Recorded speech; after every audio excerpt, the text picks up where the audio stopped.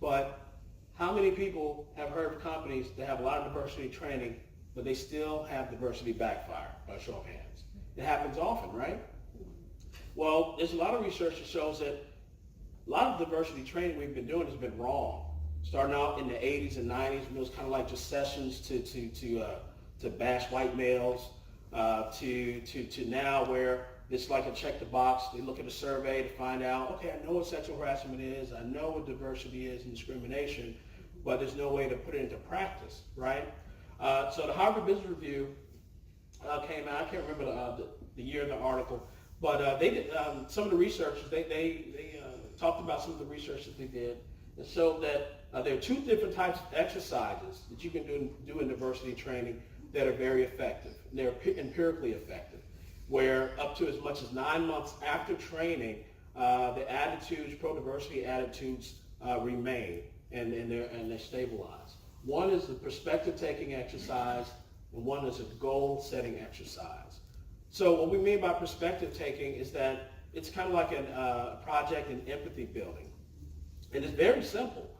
During your diversity training, what you do is you ask your employees to write down and imagine what challenges they might face or how they might feel if they were a minority or women working in the organization.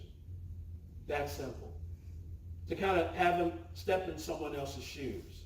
And just by doing that, by measuring their pro-diversity attitudes before and after, they found a significant difference in their pro-diversity attitudes that was long-standing. The second exercise is goal-setting exercise. So to reinforce these new attitudes and values and beliefs among your employees, the second step is then to ask employees, write down some goals or some policies that you would put in place in order to enforce or create a culture of diversity. So again, it's asking the employees, what would you do? What would you think? Taking a step and putting them in the shoes of those who might face sexual harassment, face discrimination. And not only that, it's an organic approach where you get buy-in and engagement, because your employees, they wrote these policies, right? And so then if you take an approach, you take the policies and share it back with your workforce and then discuss it, it's not anything that's going to be foreign to your employees. It's something that they're more willing to accept and be on board with.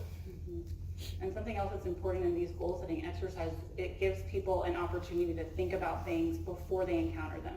So when you think about, how would I behave in this situation? How do I want to make sure that I communicate with different types of people and make sure that I'm keeping in mind my perspective versus their perspective.